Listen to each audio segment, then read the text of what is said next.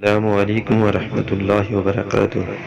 رسول اللہ صلی اللہ علیہ وسلم نے فرمایا کہ میں ایک وقت سو رہا تھا، میں نے خواب میں دیکھا کہ لوگ میرے سامنے پیش کیے جا رہے ہیں اور وہ کرتے پہنے ہوئے ہیں۔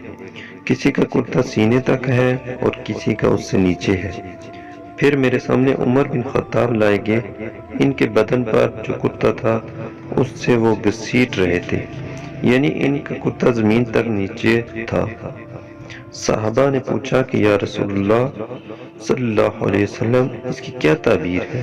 آپ صلی اللہ علیہ وسلم نے فرمایا کہ اس سے دین مراد ہے۔